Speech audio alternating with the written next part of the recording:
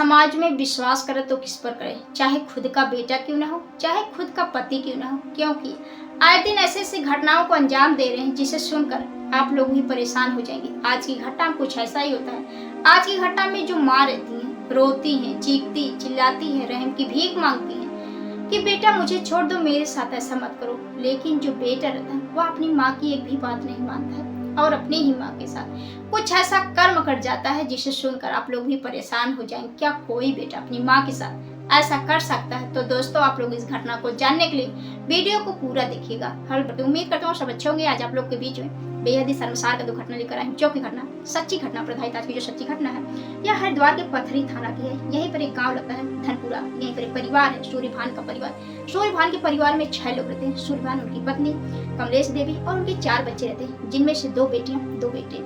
अब जो पिता रहते हैं सूर्यभान, वह एक फैक्ट्री में काम करते हैं, माँ भी उसी फैक्ट्री में काम करते। दोनों काफी अच्छा पैसा कमाते, कमाकर अपने परिवार का भरण पोषण करते हैं। अब इनकी जिंदगी खुशहाल तरीके से चलने लगती है। धीरे धीरे समय बीतने लगते हैं। 4 बच्चे पढ़ने के लिए जाने लगते हैं। धीरे धीरे 4 बच्चे बढ़ने लगते हैं, जिनमें से जो छोटा बेटा रहता है वह बहुत ही शरारती नटखट रहता है, क्योंकि आए दिन वह कोई ना कोई बहाना करके वह पढ़ने के लिए जाता है। आज जब उसको पढ़ने के लिए जाना पड़ता तो कभी कहता कि मेरे पेट में दर्द है, मेरे सर में दर्द है, मैं पढ़ने नहीं जाऊंगा।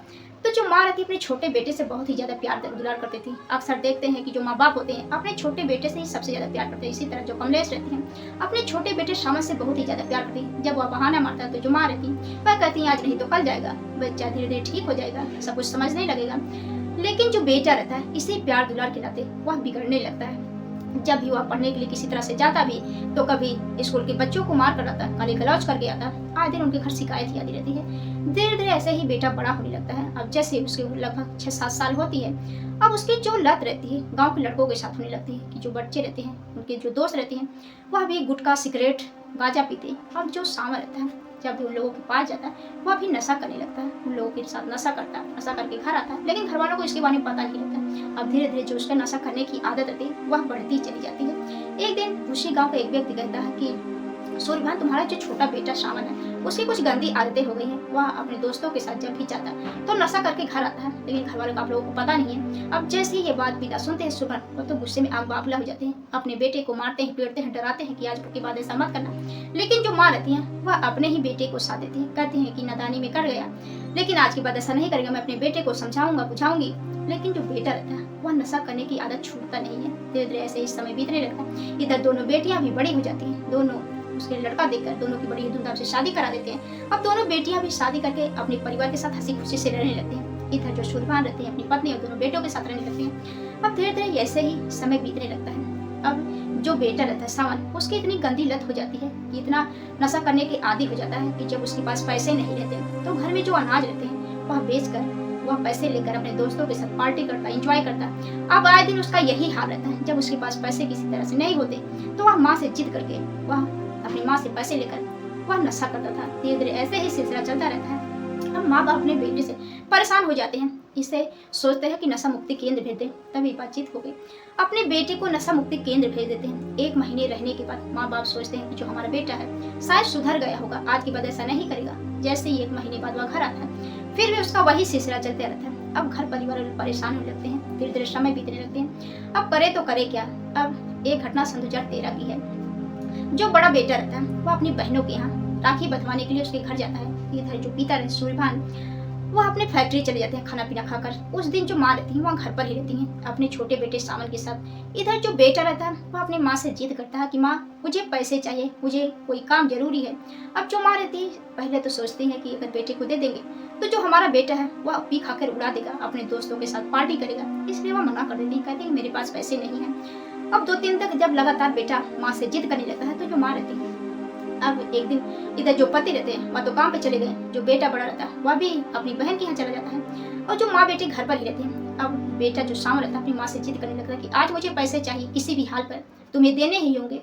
अब माँ कहती है कि मेरे पास नहीं है, लेकिन जो बेटा था वह जिद करने लगता है। तभी घर में एक फावड़ा रखा हुआ था और फावड़ा लेकर अपनी ही माँ के ऊपर वार करने लगता है, उनके सिर पर मारता है, गले पर मारता है, जिससे जो माँ रहती है वह रोती है, चीखती चिल्लाती है, रहम की भीख मांगती है कि बेटा मुझे छोड़ दो, मैं तुम्हारी सगी माँ हूँ, तुम मेरे साथ ऐसा मत करो, मैं तुमसे बहुत ही ज्यादा प्यार करती हूँ। लेकिन जो बेटा रहता है वह अपनी माँ की एक भी बात नहीं मानता है और उनकी हत्या कर देता है। हत्या करने के बाद अब वह सोचता है कि इस लाश को ठिकाने कैसे लगा दे। तभी जो बेटा रहता है वह अपनी माँ की लाश को खींचते हुए बाथरूम में ले जाता है और उसको बंद कर लेता है। अब वहाँ से भागने की प्लानिंग करता है। अब जैसे ही वह बाहर निकलता है तो जो पड़ोसी रहते हैं वह सावन को देख लेते हैं, क्योंकि उसके कपड़े पर, उसके शर्ट पर काफी खून के छींटे रहते हैं और वह भागने की फिराक में रहता है। तभी जो पड़ोसी रहते हैं अब उन लोगों को शक होने लगता है कि आखिर सावन क्या करके आया है।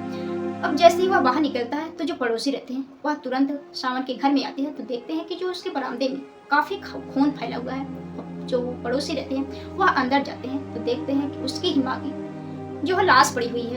अब जो पड़ोसी रहते हैं वह परेशान होकर तुरंत सूर्यभान के पास फोन करते हैं कि जो सावन है ऐसा काम कर गया। तो जो पिता रहते हैं वो आनंद फानंद में घर पहुंचते हैं तो देखते हैं उनकी पत्नी की बड़ी बेरहमी से कत्ल हो गया है। अब वह वहीं पर रोने लगते हैं तो जो पड़ोसी रहते हैं तुरंत नजदीक के पुलिस थाने फोन करके बता देते हैं कि साहब ऐसी सी बात हो गई है। जो पुलिस वाले रहते हैं अपनी टीम के साथ उस घटनास्थल पहुंचते हैं तो देखते हैं कि उनकी पत्नी की किसी ने यानी बेटे ने बहुत बुरी तरह से हत्या कर दी। अब लाश को सबसे पहले पोस्टमार्टम के लिए भेज देते हैं और सूर्यभान से पूछताछ करने लगते हैं कि आखिर तुम्हारा बेटा माँ की हत्या क्यों की। तो जो सूर्यभान होते हैं वह बताते हैं कि जो हमारा बेटा है वह शराब का आदी था, वह काफी नशा करता था, आए दिन घर में मारपीट करता, पैसों की डिमांड करता था। 2-3 दिन से जो सावन रहता अपनी माँ से पैसे मांग रहा था, पैसों की डिमांड करता है कि मुझे पैसे चाहिए, अगर पैसों नहीं दोगी तो हम तुम्हारे साथ कुछ काम कर जाएंगे। अब जो माँ रहती इसका विरोध करती है, 2-3 दिन तक इधर उधर टालती रहती है कि पैसे हो जाएंगे दे देंगे। लेकिन आज जब मैं काम पे चला गया और जो हमारा बेटा है वह अपनी बहनों के घर गया, तभी मौके देखकर जो सावन है अपनी ही माँ की हत्या कर दी। अब पुलिस वाले जैसे ये बात सुनते हैं अब उसकी खोजबीन जारी है। तो दोस्तों आप लोग इस घटना के बारे में क्या कहना चाहते हैं कमेंट बॉक्स में जरूर बताइए। आप लोगों को यह कहानी पहुंचाने का मकसद किसी को परेशान करना नहीं, बल्कि आप लोगों को जागरूक करना, सचेत करना कि आप लोग भी ऐसे घटनाएं से बचे, अपने घर परिवार वालों को बचाए। और अच्छे कमेंट करते हैं, अच्छा सुझाव भी देते हैं, उन लोगों को तहे दिल से शुक्रिया।